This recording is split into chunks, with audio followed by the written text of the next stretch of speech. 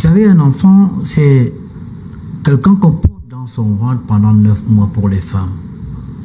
Dieu merci, je suis un homme, je ne sais pas ce que le poids d'un enfant qu'on porte, qui se nourrit quand la mère mange, et la mère qui attend l'arrivée de l'enfant, et la douleur de l'enfantement. Et puis on a le privilège d'en voir un enfant qui naît sain et sauf ou saine, sans problème, et cet enfant prend le chemin de l'école. Et puis quelqu'un, du jour au lendemain, estime qu'il faut peut-être assouvir. Moi, j'ai du mal à penser que celui qui l'a fait, c'était vraiment pour un besoin libidinal.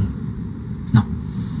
J'ai la ferme conviction et mon intuition me fait croire que ce monsieur, ce qui arrive dans ce genre de situation, ce sont des gens qui sont à la recherche des rituels. C'est un rituel peut-être pour arracher quelque chose dans la vie de cette jeune demoiselle, cette jeune fillette.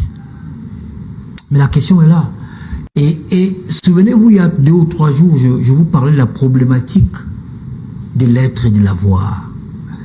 Et nous entrons dans les responsabilités. Pourquoi les gens violent les petits-enfants? C'est parce qu'il y a un marabout qui leur a dit qu'après ça, vous aurez beaucoup d'argent. Qu'après ça, vous allez devenir riche. Qu'après ça, il y a comme une sorte de catharsis et que vous devenez une personne neuve. Mais la société peut arrêter ça, Visleoye.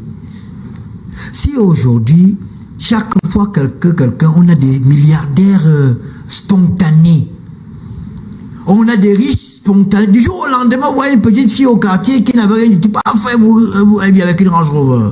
Elle a pris l'argent où? Les petits garçons au quartier, sortir la nuit, vous voyez des gars, on les appelle présidents en boîte de nuit. Ils ont pris l'argent où? Il y a d'autres sur leur voiture, on est qui merci maman. Maman a fait quoi? Et on laisse. On est tous silencieux. Nous sommes tous complices de ce qui est arrivé à Joyce. Parce que si chacun d'entre nous dénonce, et oui, il y a beaucoup de cas qu'on camoufle. Moi, je connais un cas, je ne peux pas vous dire de qui il s'agit, parce qu'il y a la loi de l'Omerta, d'un jeune footballeur d'une équipe du Cameroun qui a violé sa propre cousine alors qu'elle vivait chez son oncle. Tout ce que l'oncle a trouvé utile, c'est attaquer quelqu'un d'autre pour dire que c'est lui qui l'a amené à faire ça. Et les cas comme ça sont légion. Il y a d'abord la honte. Parce qu'on a honte de détruire la vie de quelqu'un. Parce que le visage de cette petite fille est partout. Mais moi, je me pose toujours la même question, Armand Okol. Et Armand Okol, peut-être que vous ne comprenez pas le degré de la gravité de ce qui est arrivé à cet enfant. Non, vous pouvez le dire. Vous pouvez pas le dire. Son avenir est compromis. Vous pouvez pas le dire. C'était l'avenir compromis. Pourquoi? Parce que, visez, parce que, imaginez dans 15 ans, dans 20 ans, le jour que quelqu'un ira faire le toqué pour cette jeune fille-là, il y aura quelqu'un qui va rappeler, ah tiens. Exact. C'est la fille d'Odja. Mais vous qui avez fait ça, vous, au fond. Et je ne veux pas revenir, mais il faut qu'on se dise une chose.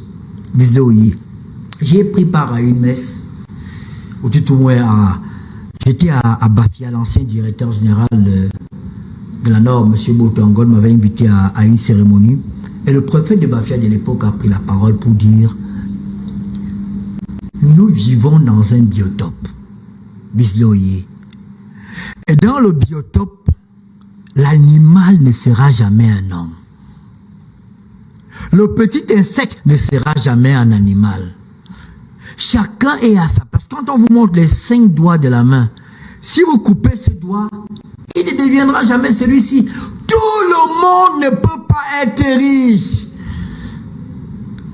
Il y aura des journalistes, Obama Okol. Il y aura des préfets, Gilles Sadi. Il y aura des ministres, Betia Somo. Et il y aura un président de la République. Il y aura des maçons. il y aura des forgerons, il y aura des taximans.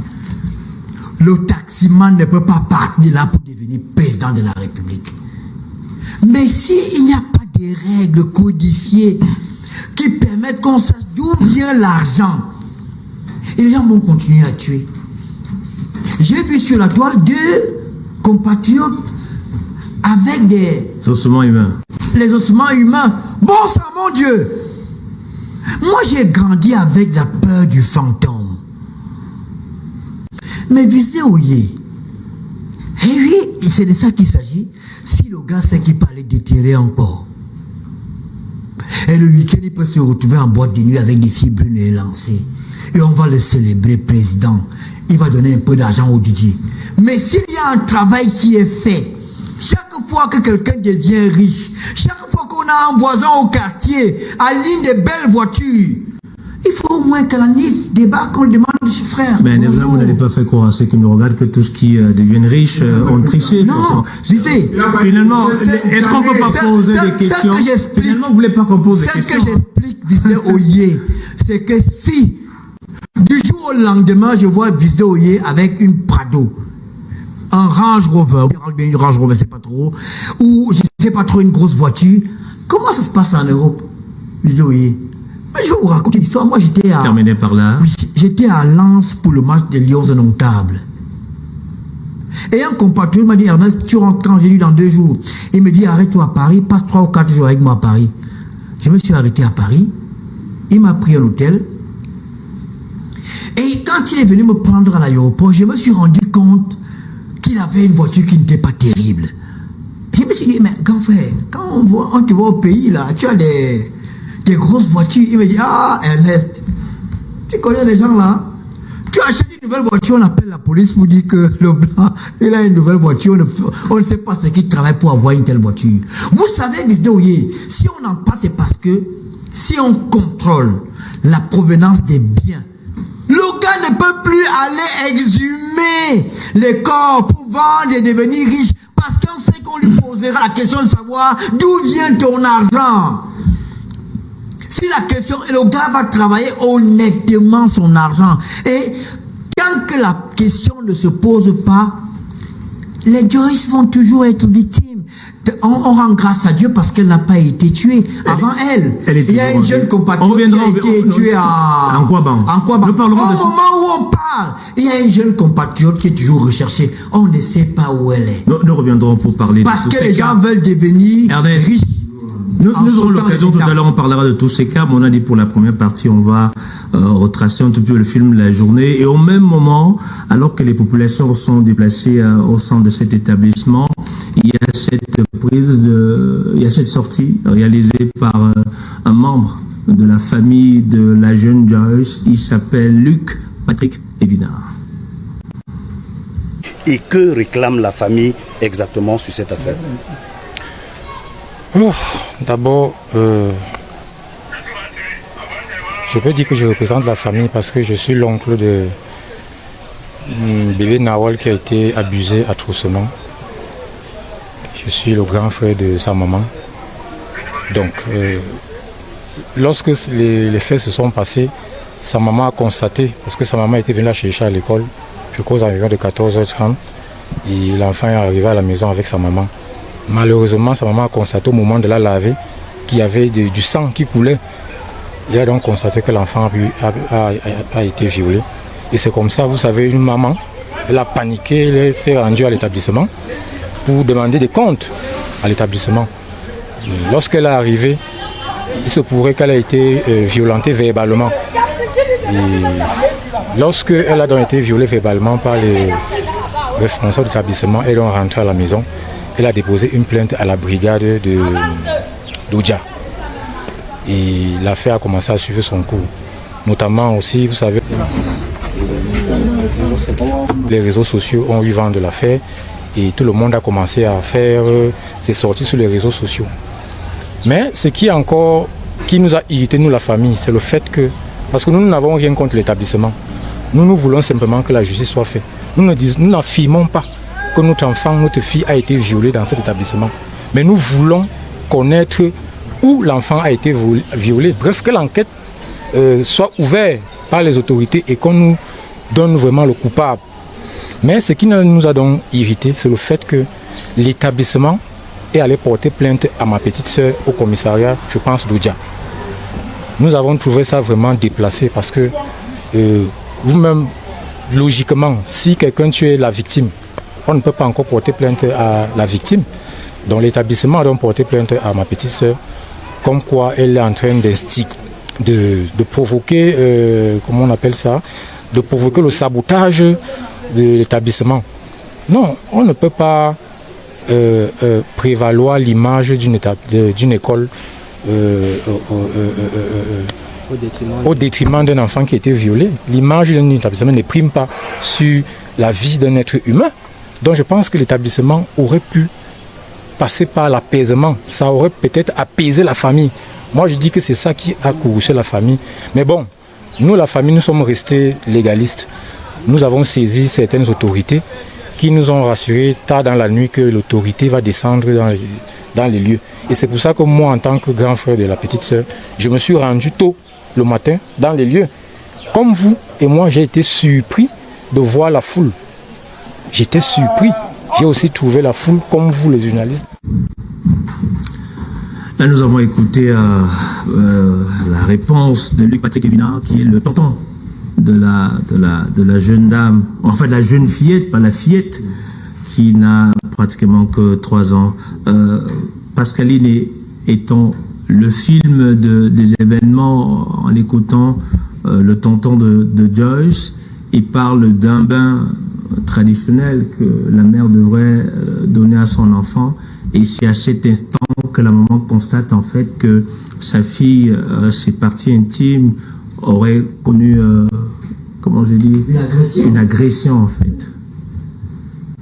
Oui, c'est justement lors de ce genre d'activité, lors du bain, parce que certaines personnes ont demandé pourquoi est-ce que ce papa qui a, pourquoi c'est après 2 jours, pourquoi, mais je pense que c'est nous les mamans qui assumons ce rôle, c'est nous qui pouvons détecter, puisque nous sommes au contact de nos enfants au quotidien, pendant la toilette, peut-être quand elle veut se mettre à l'aise, parfois elle appelle maman et tout, à 2 ans, 3 ans, si elle est encore dépendante, fortement dépendante de sa maman.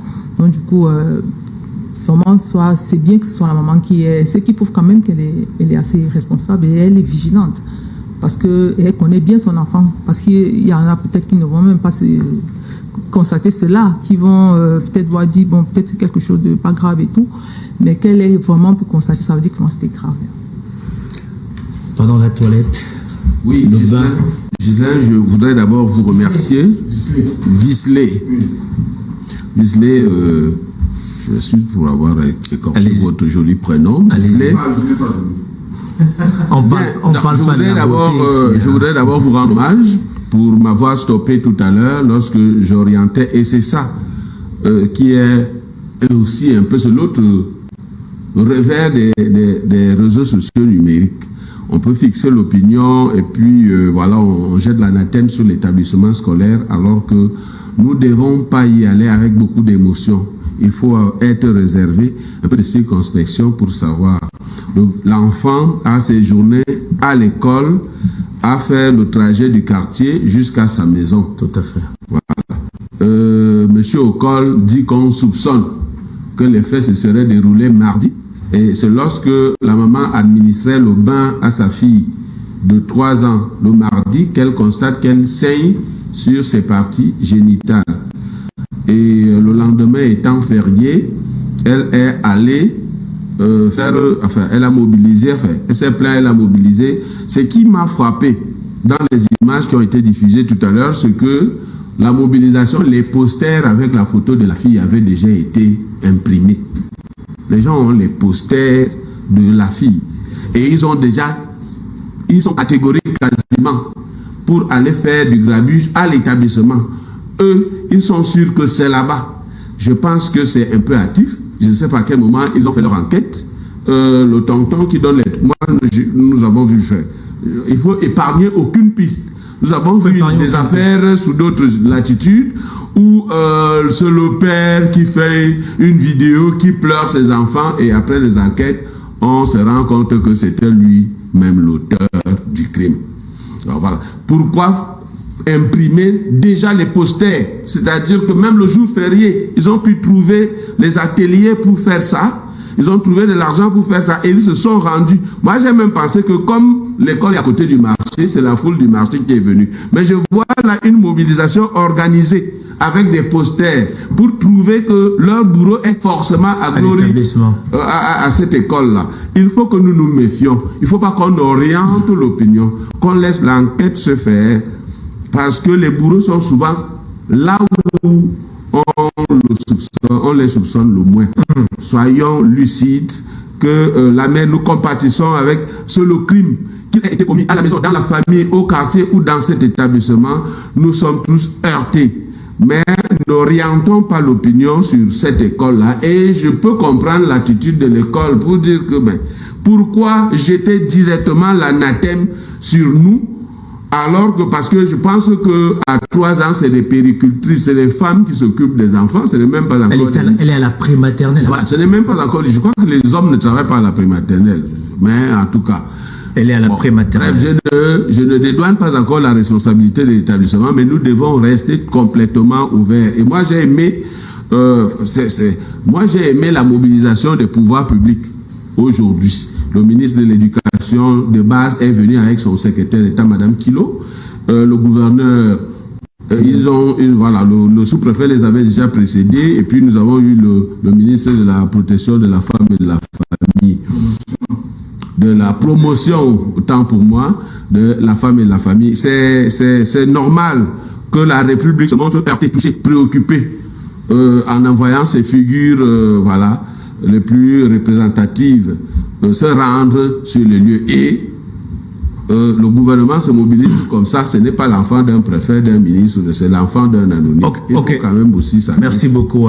Peut-être avant Ernest prendra la parole, mais je vais lire ce message qui nous vient de Landry, qui nous envoie un message depuis Paris. Il dit, je pense que cette affaire de la petite Joyce, il ne faut pas aller vite en besoin. On a vu l'affaire Martinez, les réseaux sociaux ont vite fait de désigner un coupable, promoteur de médias. Au demeurant, je partage la position de M. Ocol sur la réaction tardive des autorités. Si les réseaux sociaux ont annoncé une réunion du MRC ce jour à 20h, son siège à Odia sera certainement envahi dans les 15 minutes qui suivent. Bon, Ernest Obama, est-ce que vous comprenez aujourd'hui la colère, la tristesse de ceux qui, à la première pensée, pointent un doigt accusateur sur l'établissement, pourtant une enquête ouverte? Attention, Bisley, je vois au-delà de ce que vient de dire M. Mba, même sur les réseaux sociaux, les gens qui disent comment la mère a porté un cabas où on voit son dos, comment le premier jour elle a porté un survêtement et autres. Mais là, la raison est inopérante en ce moment-là. C'est l'émotion. C'est une mère qui a vu sa fillette détruite. Donc, elle n'a pas forcément le temps de se changer. Ça peut être le vêtement qu'elle avait sur elle. Donc, forcément, elle peut pas se... Je vous dis que la raison est inopérante. C'est peut-être parce qu'on parle là, parce qu'il s'agit de quelqu'un. Imaginez votre fille. Moi, je pense même que la femme, elle est tempérée. Parce que je n'ose pas imaginer cela pour une de mes filles. Personne ne dort. Même si le chef d'établissement habite Simbok ou bien Kolmese, je vais dormir chez toi. Personne ne dort ce jour-là. Moi, je pense que c'est même, on doit me la féliciter pour son tempérament, pour son calme, pour sa retenue. Mais on parle de quoi? On parle d'une fillette. Mais tout à l'heure, je parlais de jeunes filles. C'est pas une jeune fille, c'est une fillette. C'est une fillette. Mais maintenant, les enquêtes nous diront, est-ce que ça a été fait au sein de l'établissement? Mais sauf que l'endroit où l'enfant vit, tout le monde bénéficie de la présomption d'innocence. Parce que pour le moment, l'enfant a atteint cet âge-là, il a vécu avec ceux qui sont ses tontons, familial, ses cousins, je sais pas. J'ai vu des vidéos qui circulent sur la toile, prétendument des vidéos de surveillance, mais rapidement on nous a dit que c'était pas le même jour. Et ce qui fait problème ici, c'est que moi je vis à Odia, hein. Attention, ma maison est pratiquement à 2 km de l'école en question. chaque matin, quand je passe par là, il y a toujours la sucre. Et ce n'est pas une école qui est, comment je veux le dire, c'est pas tout le monde qui peut inscrire son enfant là-bas. Ah, attention, c'est une école élitiste. Quand vous voyez les voitures qui se garent là, quand vous passez le matin, les voitures qui se garent, ou bien les femmes qui se garent, si vous êtes un tombeur comme au col, vous allez oublier la route, hein, vous regardez. Un tombeur, c'est quoi un tombeur? Vous allez regarder les gens qui sont en train de laisser. Vous ne pouvez pas laisser ça passer. Qu'est-ce que vous laissez passer? On ne peut pas déjà être en colère et un monsieur explique que moi, quand je circule, je suis toujours en train de regarder les gens à côté. Faites votre travail, monsieur le présentateur. Merci. Remettez votre invité à l'ordre. Calmez-vous. Non, je ne peux pas me calmer. Vous laissez passer ça? Qu'est-ce que j'ai laissé passer? Avant au col, ce n'est pas moi qui suis responsable de ce qui est arrivé. Ce n'est pas moi qui ai créé l'établissement. Mais ce que je veux vous dire, c'est qu'à Oudia, je ne sais pas quelle légalité et quelle authenticité on peut donner à ces rumeurs qui circulent. Ce n'est pas le premier cas dans cette école. Qu'il y a des cas antérieurs qui ont été étouffés. Et c'est pour ça que la thèse selon laquelle cet acte s'est passé à l'école prospère. Parce qu'il y a eu des cas antérieurs. Sauf que, parce que nous sommes journalistes, on doit quand même avoir des positions qui sont justes. Dans cette école, selon les premières informations qu'on a eues, je parle bien d'informations après vérification, la prête maternelle, il n'y a que des femmes. On me dira peut-être qu'aujourd'hui, les femmes elles-mêmes, elles peuvent se servir de leur... Je ne sais pas, je préfère ne pas aller plus loin. Et qu'aujourd'hui, ce n'est plus le sexe seul. Même une femme peut avoir... ce type d'intention. Ce type de pulsion et peut-être violenter sexuellement une jeune fille. Exact. Mais ça, c'est la première chose. Il n'y a que des dames qui s'occupent de ces enfants. Si on pousse l'analyse loin, à quel moment un enfant qui est à l'école, on le tire de la salle de classe pour aller s'occuper d'elle intimement?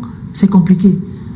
Ça, bon, je ne sais pas, mais les enquêteurs sont mieux placés parce que, je vais vous dire, j'en parlais en off tout à l'heure, il y a un laxisme aujourd'hui dans les écoles qui est tel que on se demande même ce qui ne va pas. Moi, il y a, ma fille m'a appelé il y a 3 semaines, un samedi, pour me dire, papa, on va faire les devoirs chez une camarade. Elle m'a donné le nom de la camarade. Bon, je sais si son nom à l'antenne, ses parents peuvent la reconnaître, mais je ne vais pas citer, par respect pour ses parents. Mais je lui ai demandé, attends, vous faites le devoir samedi à 13h chez un camarade, pourquoi? Il y a un établissement, s'il y a un travail commun à faire, on le fait à l'établissement. Elle me dit, non papa, sa mère travaille. Comment tu fais pour savoir que la mère de ta camarade travaille à l'aéroport? Comment l'établissement autorise même qu'il y ait des devoirs communs à faire chez un particulier? Imagine donc si ma fille était partie dans une maison où il y a les tontons.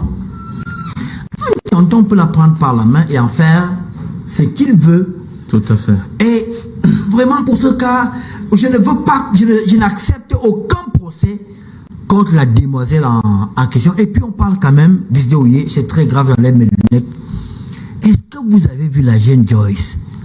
Elle est sublime, elle est belle, elle est comme un ange, la petite Joyce.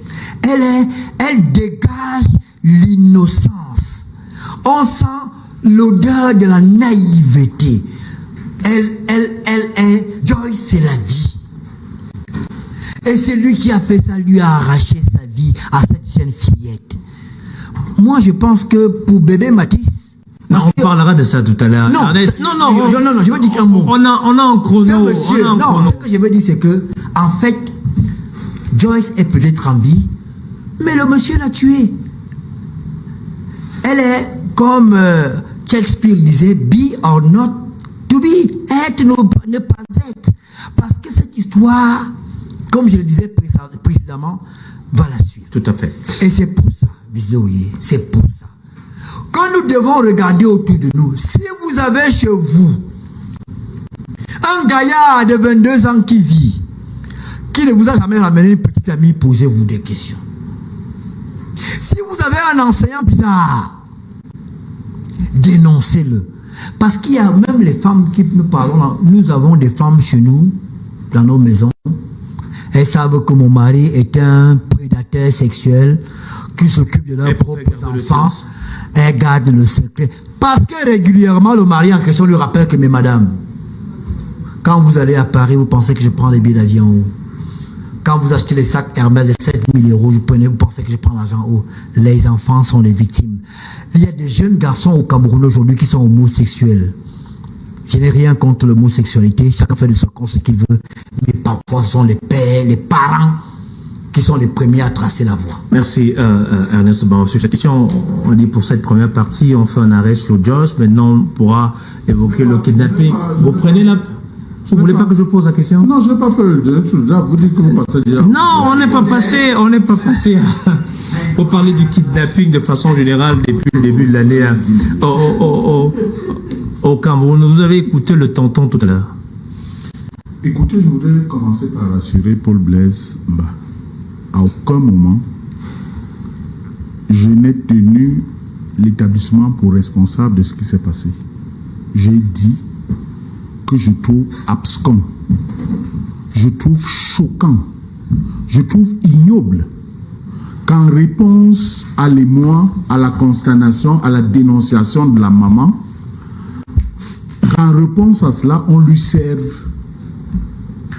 un procès à venir, au lieu que l'établissement ne s'associe à l'émoi. L'établissement aurait dû, dès la première dénonciation, se rendre au domicile des parents pour montrer qu'il y a une solidarité. Je n'ai jamais prétendu que l'établissement est responsable. Que la scène du crime encore qu'on peut aller plus loin. Moi, j'ai envie de vous poser la question. Vous savez, vous pensez vraiment que si la maman avait un seul instant soupçonné que c'était dans son entourage, que un des parents ou un proche était le présumé coupable, vous pensez qu'elle aurait ébruité? La sociologue et Paul l'ont dit tout à l'heure, il y a des cas qui sont étouffés, qui ne sont pas mis sur la place publique. Les milieux de socialisation sont connus. La maison, l'école, la religion et un certain nombre d'autres milieux de socialisation. Les espaces de loisirs. Dès lors, la maman, et c'est la sociologue qui a bien fait le dit tout à l'heure, à l'observation, la maman est responsable. Si elle donne le bain à l'enfant après son retour de l'école, on imagine que au départ de la maison pour l'école, elle lui donne le bain. Tout à fait. Ça veut dire que la maman a donné le bain le matin. Tout à fait. À l'enfant. Tout à fait. Quand elle allait à l'école. Tout à fait.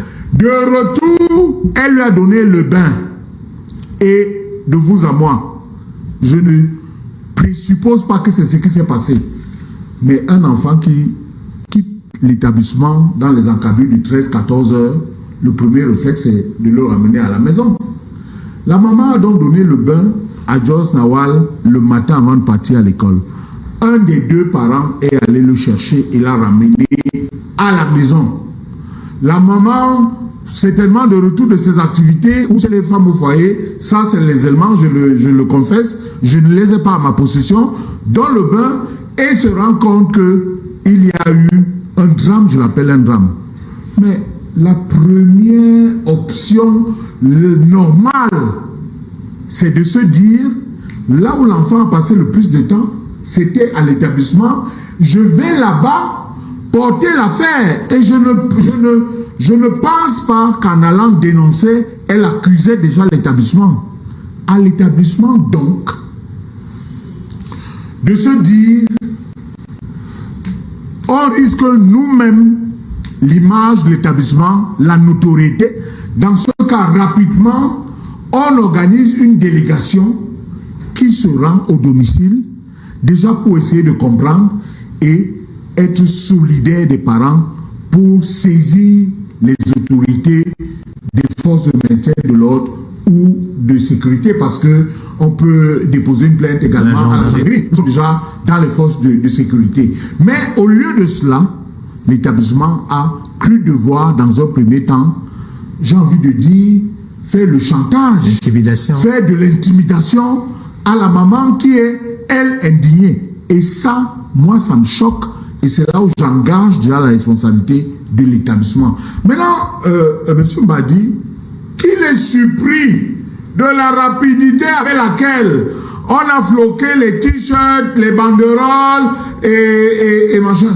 Mais pour un enfant de 2 ans et demi, même si je fais des économies depuis 20 ans, pour que l'affaire soit sûre, je vais casser la tirelire pour ameuter le monde entier.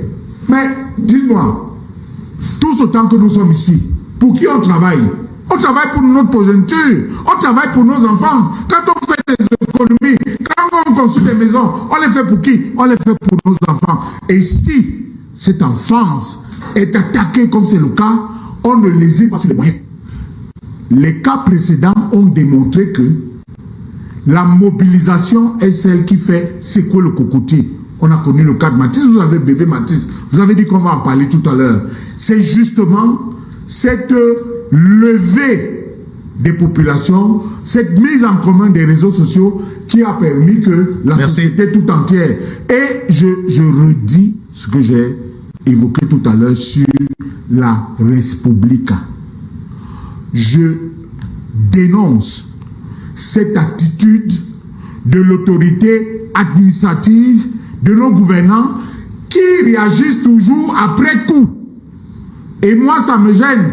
Évidemment, vous allez me poser la question de savoir, est-ce que les ministres pouvaient savoir qu'on va violer un enfant de ce côté? Mais au ministre de l'Éducation de base, de frapper du poing sur la table pour que même dans les recrutements, alors j'apprends en prématernelle dans cet établissement, monsieur Bisloï, je suis très gêné. Non, ça on sait. Maintenant, déterminé. J'apprends que les enseignants de la prématernelle à cet établissement sont des femmes. Comme dans la plupart des écoles. Soit. Comme dans la mais l'établissement ne se limite pas seulement aux enseignants des enfants. Les enseignants. Il y a beaucoup d'autres hommes. Les prédateurs sont partout. Mieux.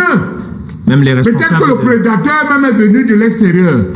C'est pour ça que j'interroge aujourd'hui les enquêtes de moralité dans les recrutements, dans les secteurs sensibles que sont la santé, que sont l'éducation, que sont la sécurité. Il faut qu'on renoue avec les enquêtes de moralité dans le recrutement des personnels à ce niveau. Merci. N'en voulez pas aux parents d'avoir réussi à trouver la stratégie pour ameuter. Mais M. Mba, il aura fallu que les gens se mobilisent aujourd'hui à cet établissement pour que le ministre sorte de son cabinet et qu'il se rende à l'établissement. Merci, il n'aurait pas eu ça. Paul Blaise-Ba. En quelques secondes, vous prenez la parole. Paul Blaise-Ba. Parce qu'on considère que les confrères sont des sources. Il y a un Djambo FM, la radio de Chop Chop, qui nous annonce que l'établissement de l'enfant violé vient de déclarer que la vidéo du jour où l'enfant a été violé est portée disparue.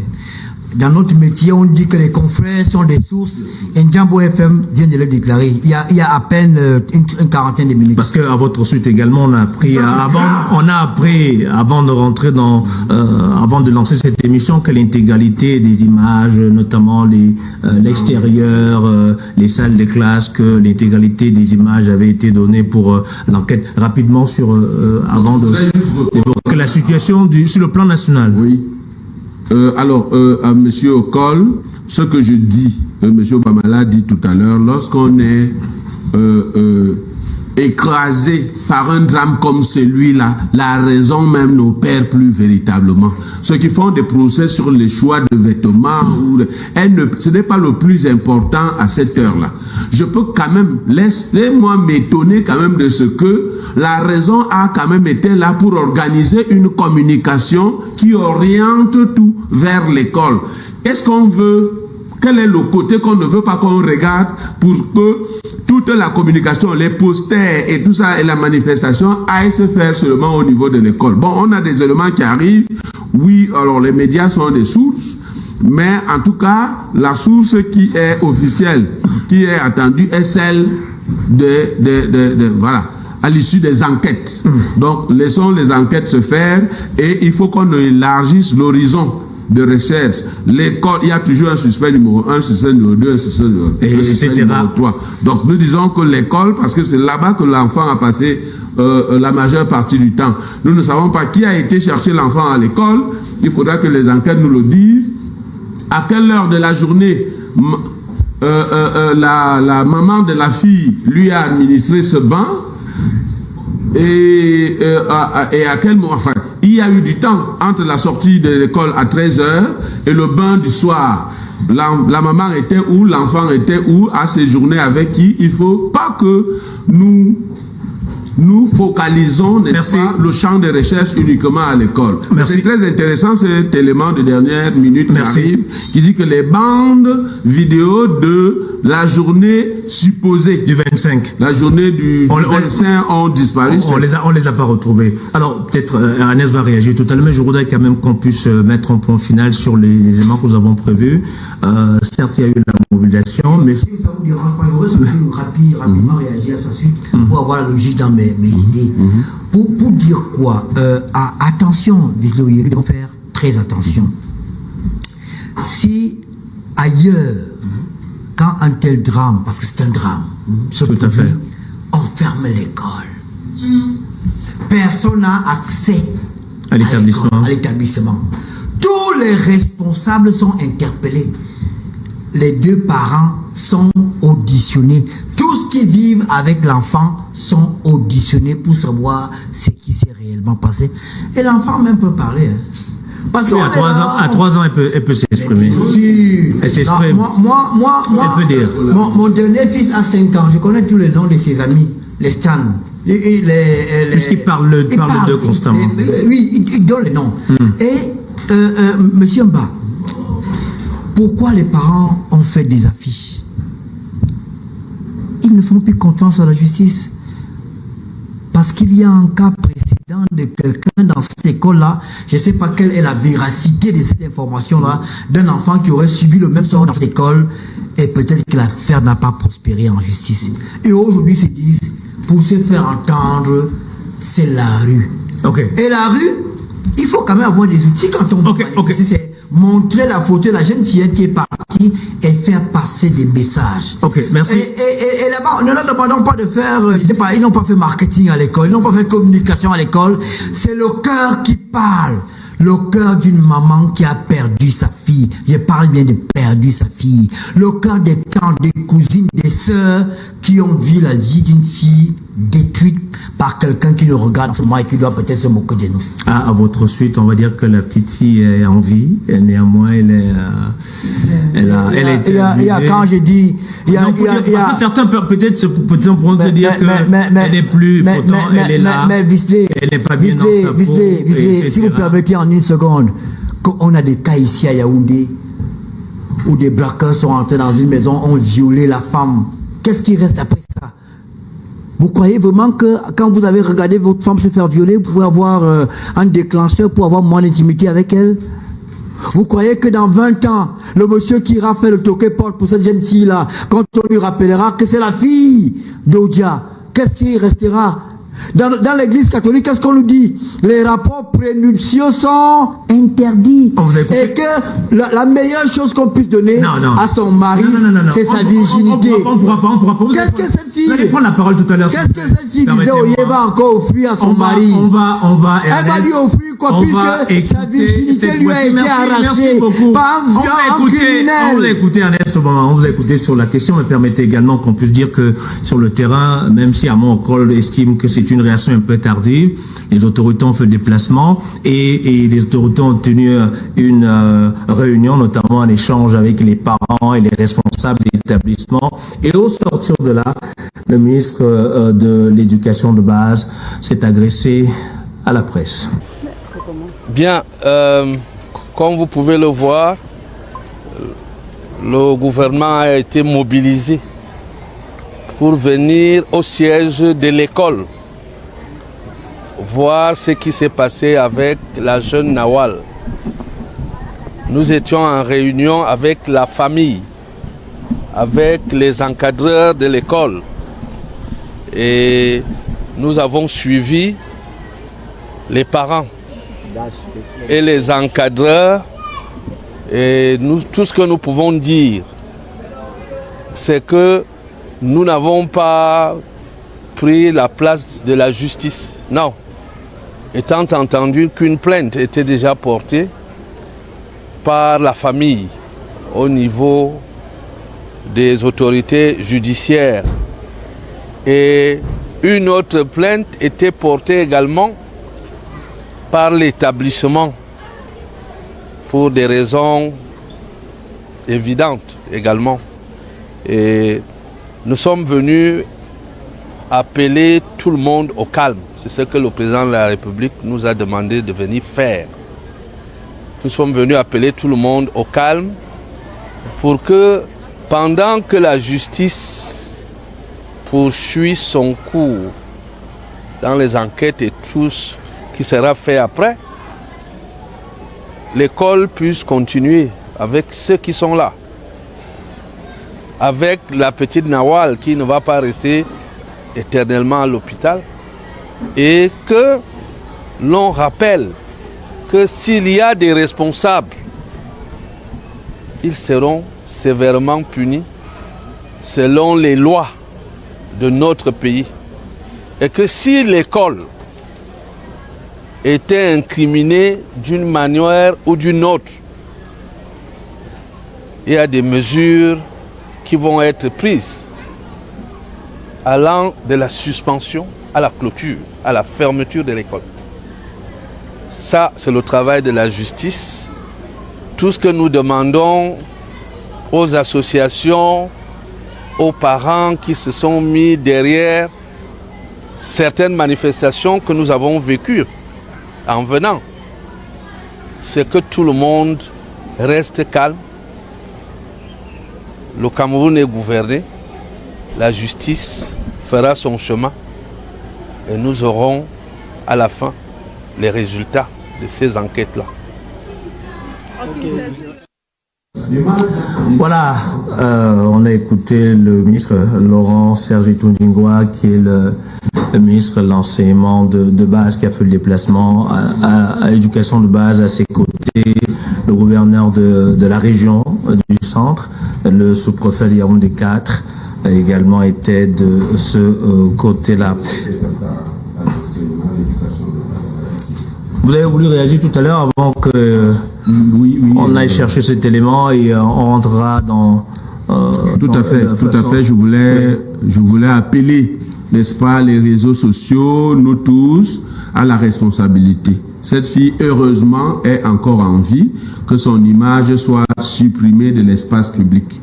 Même les posters, évidemment, Ernest vient de le dire tout à l'heure, ce ne sont pas des experts en marketing, ils ont voulu marquer le coup en imprimant les images. Mais ça fait bouger les choses quand même. Ça fait bouger les choses. Je ne sais pas si sans les posters, ça n'aurait pas produit le même résultat, parce qu'il faut parler au cœur, il faut parler à l'émotion. Mais de grâce, nous devons supprimer l'image de cette fille de l'espace public, qu'il soit numérique ou médiatique en général. Alors, elle nous a rejoint, elle est créatrice de contenu, Orphée Kouma, elle est sur notre plateau, elle nous a rejoint. Bonsoir Orphée. Bonsoir. Je ne vais pas vous demander comment vous allez, mais nous sommes en train de vivre une situation qui met tout le monde dans un mauvais état, notamment un état de tristesse. Et aux dernières nouvelles, vous avez une proximité avec la famille de la jeune Joyce? Oui, je suis entrée en contact avec la famille aujourd'hui. J'ai notamment parlé avec l'une de ses tantes. Bon, un peu plus avec sa petite sœur, parce qu'elle m'a fait part du fait que les parents étaient à l'école. Apparemment, il y avait une réunion là-bas et vraiment, ils n'étaient pas très disponibles pour venir.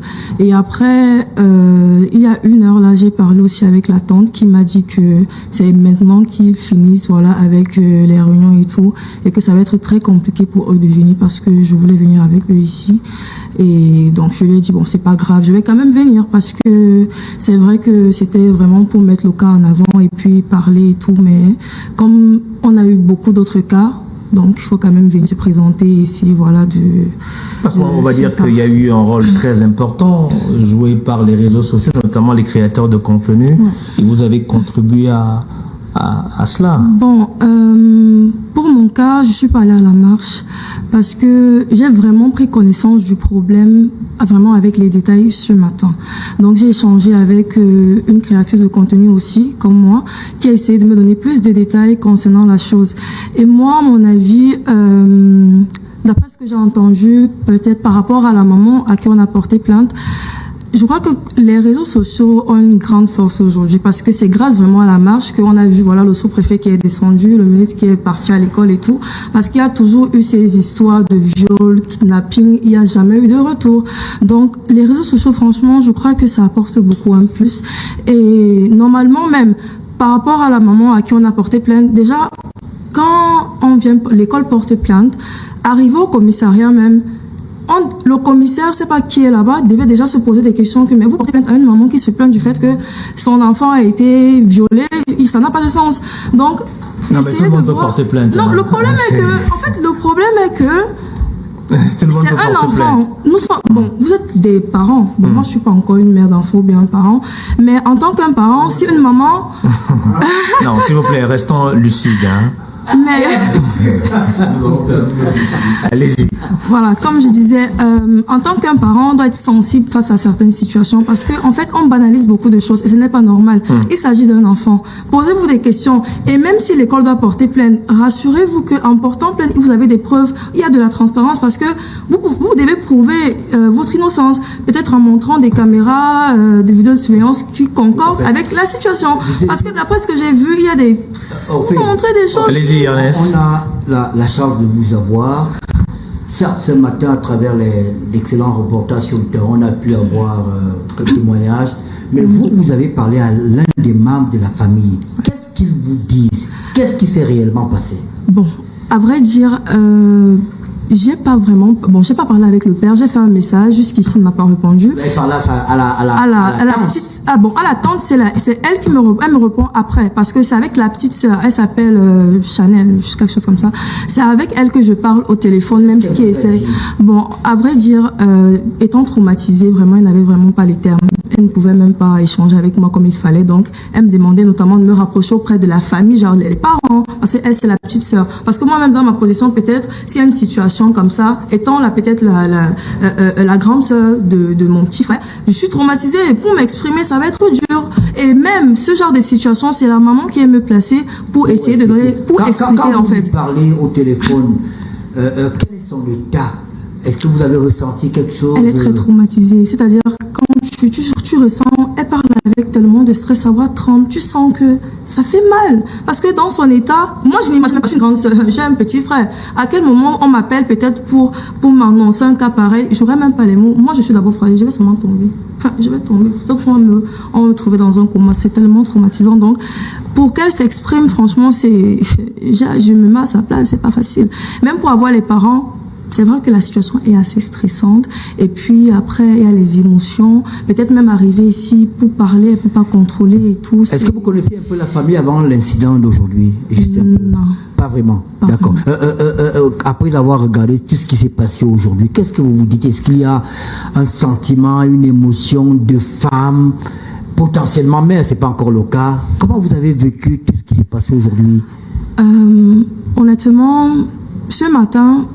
Parce que moi, je suis quelqu'un, j'aime prendre les choses avec beaucoup de lucidité. C'est-à-dire, avant de me prononcer sur quelque chose, il faudrait que j'ai vraiment des armes. Genre, je dois être vraiment informé. Je vais pas, comme on dit, il faut pas faire des sorties, même il faut pas faire une prise de parole avec les émotions parce que tu as vu X, Y parler et tout. Donc avec les faits et puis avec ce que j'ai suivi, je me suis dit mais attendez, oui je suis pas encore une mère, mais ça fait tellement mal. C'est un bébé, on dit 2 ans. Bon, après il y a des gens qui disent qu'ok, elle pouvait parler, mais c'est un enfant, elle est bébé. Elle va parler, elle va expliquer quoi, même si on cajole l'enfant et tout ça. Et moi je trouve que cette situation, vraiment, les réseaux sociaux, s'il n'y avait pas cette image, l'État, je ne sais pas, il néglige beaucoup. C'est pas la première fois. Il y a eu Divine, il y a eu Mathis, il y a eu Orphée, même il y a une petite qui s'appelait Orphée. Ça fait déjà pratiquement combien d'années? Jusqu'à aujourd'hui, justice n'a pas été rendue. Donc tellement. Alors ça c'était un renseignement peut-être visuel, c'est pas une question. Rassurez-moi, après avoir parlé avec la tante, est-ce que c'est Joyce qu'on a vu sur les images pendant la manifestation ou c'est quelqu'un d'autre? Vous avez posé la question. On a vu une jeune fillette qui lui ressemblait, une fillette tant pour moi, qui lui ressemblait. Est-ce que c'était elle ou quelqu'un d'autre? Sur quoi? Je comprends pas trop bien. Elle est sur les photos, images qui ont circulé. C'était le bébé Joyce. C'était elle? Ouais, c'était elle. Oh là là. Alors, c'est George, je pense que Ballplay Zumba va proposer tout à l'heure. Ils ont fait retirer des images de cette jeune fille qui ne souhaite que jouer, grandir, être en famille. Alors, Madame Pascaline étant, là on vit la situation de Joyce, c'est vrai, mais il y a exactement un an, on vivait la situation qui concernait notre jeune Camerounais décédé, Mathis, mais également, on était au mois de mars, il y a bientôt un mois, c'est la petite Divine Barga qui a été kidnappée, qui a été abusée, donc agressée sexuellement et qui a perdu la vie. C'est une situation qui choque, c'est vrai, mais il y a urgence. Information dernière, si vous permettez, moi je suis là, je travaille pour vous, je fais que... Je ne suis pas votre patron. Alors on ne sait pas quelle est la véracité de ce qui est dit, mais il y a notre ami Boris Berton qui vient de publier un témoignage de la maîtresse, elle s'appelle Emeraude Ndi. Elle dit être l'enseignante de la petite Joyce. Oui. Voici ce qu'elle déclare. Je suis enseignante dans cette école. Cet enfant, c'est mon élève et je jure devant Dieu que cet incident ne s'est pas produit dans ma classe. La preuve en est que moi, j'ai fait du vélo avec elle à la sortie des classes devant son père. Comment expliquer qu'on vienne de violer un enfant et elle parvient non seulement à courir vers son père, mais aussi à conduire le vélo? Vraiment, ayons la crainte de Dieu, que cette famille se tourne un peu vers eux-mêmes et leur voisinage pour approfondir. En fait, Facebook, c'est pas un tribunal. C'est une déclaration. Non, Armand, vraiment. C'est une déclaration. On n'est pas là pour incriminer quelqu'un. C'est une déclaration. Non, on n'est pas là pour dire. On est dans un cadre des avis. C'est-à-dire que, s'il vous plaît, il est en train de lire un message, on écoute et maintenant vous pouvez réagir. Vous voyez un peu. Vous avez dit qu'on doit sortir de l'émotion. Oui, c'est vrai. On doit être un peu dans la raison. Dans tous les cas, on sait maintenant que sa maîtresse s'appelle Emeraude Ndi. Ça veut dire donc elle est identifiable. Demain, les reporters de 1-1 ont l'obligation de nous retrouver cette femme-là. On veut son témoignage demain au journal de 20h. Alors, peut-être avant d'écouter Madame Etan sur la question, vous réagissez à c'est pas une confirmation, hein? Oui, c'est pas une confirmation, mais elle se base sur quoi pour faire ce témoignage? Bon, elle déclare oui, c'est qu'elle dit. Elle dit qu'elle est la maîtresse de la petite. Ce même jour, elle a fait du vélo. Mais c'est ce qu'elle dit. Mais on a demandé les vidéos de les caméras, pourquoi ils ne nous montrent pas? Ça n'a pas de sens.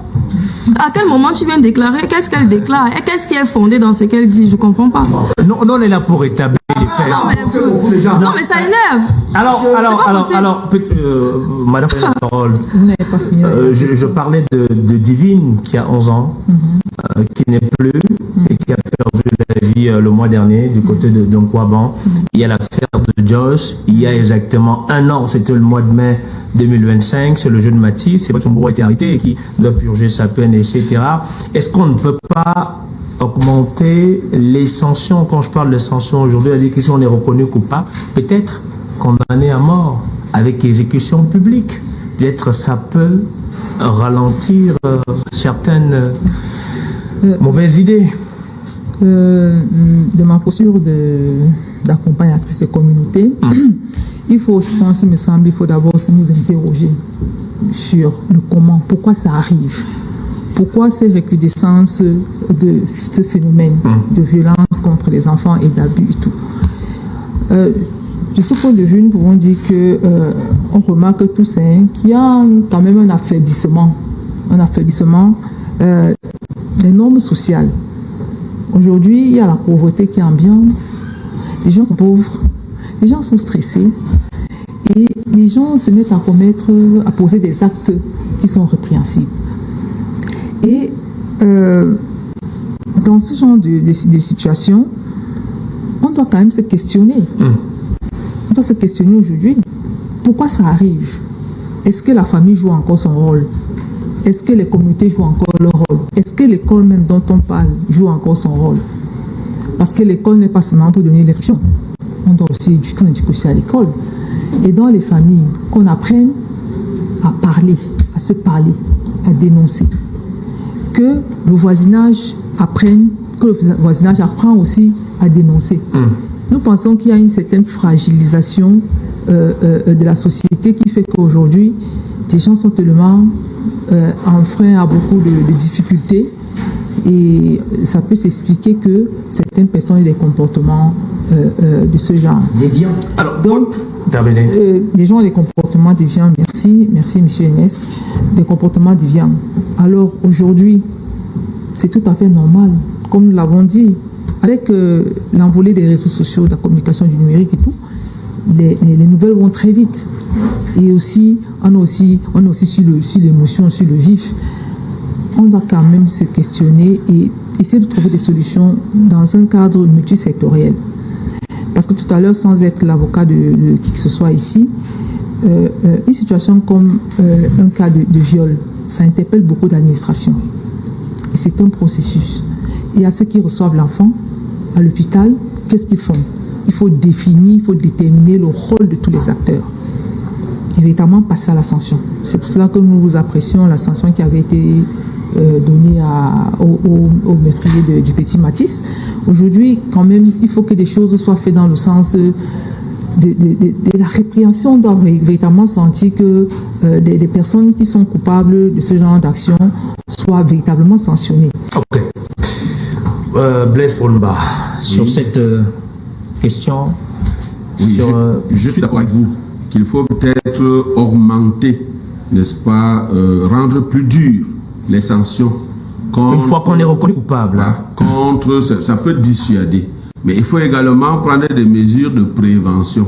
Et c'est pour cela que je disais à l'orée de mon propos que nous devons être les gendarmes des uns des autres. Nous devons être vigilants, nous devons regarder. Nous ne devons pas abandonner nos enfants aux répétiteurs. Nous ne devons pas abandonner nos enfants aux cousins, qui est le seul à aller le chercher à l'école, c'est lui qui fait son petit déjeuner. Même les femmes de ménage, nous avons vu des images circuler où une nounou était en train d'infliger une bastonnade violente à un bébé, un enfant qui était mis sous sa responsabilité. Et parfois, donc, si nous avons accès à ces images, c'est parce qu'il y a peut-être un adulte qui a le téléphone à côté, qui filme sans rien faire. C'est cette passivité, c'est cette banalisation de la violence dans notre société également qui doit... Il ne faut pas seulement M. Okol qui revendique le monopole du cœur, tirer sur les pouvoirs publics uniquement. Il a sa responsabilité dans son environnement de vie.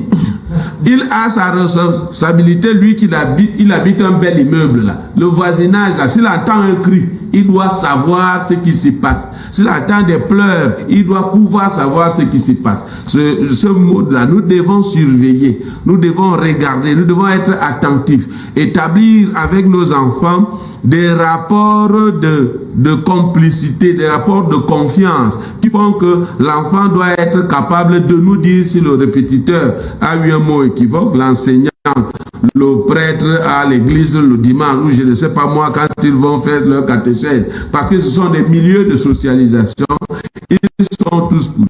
Les crimes se passent même au milieu, même à l'église, à l'école. Si nous ne pouvons plus avoir des enfants en sécurité à l'école, nous allons faire quoi pour que nos enfants acquièrent des connaissances? Nous devons faire attention. Merci. Et l'État qui est... La loi est ce qui régule, n'est-ce pas, les rapports dans une société. Et quand des lois ne sont plus opérantes, quand elles ne parviennent plus à régler un problème, on les réforme pour avoir des lois qui s'adaptent à la cadence de notre temps. Aujourd'hui, les crimes, ils étaient silencieux hier. Grâce aux réseaux sociaux, nous sommes aujourd'hui au courant de l'affaire Matisse et de toutes les autres affaires que vous avez égrenées. Moi, je viens d'une petite brousse, d'un arrondissement qui s'appelle Bipindi. Là-bas, on nous avait parlé d'un homme d'affaires. Ernest parlait des richesses spontanées aujourd'hui, des fortunes spontanées. On nous a parlé il conduisait, on appelle les clandos. On appelle trivialement les clandos. L'OPEP. Il était un chauffeur d'OPEP et du jour au lendemain, il est devenu très riche. Et il nous avait été soufflé que lui faisait assassiner les pygmées qui sont sans défense, sans téléphone. Oui. Les pygmées, et on creusait, on barrait la rivière, on les enterrait là-bas, et au bout d'un certain temps, on venait récupérer les eaux. Donc, il y avait des crimes, il n'y a pas une recrudescence aujourd'hui. Mais les réseaux sociaux, heureusement, ont fait qu'aujourd'hui, on porte à notre connaissance, porte au nu, n'est-ce pas, tous ces crimes qui étaient... Merci. Et ça ne doit plus s'arrêter, la parole doit être libérée, et celui qui sanctionne, la justice doit sévir avec toute la rigueur, mais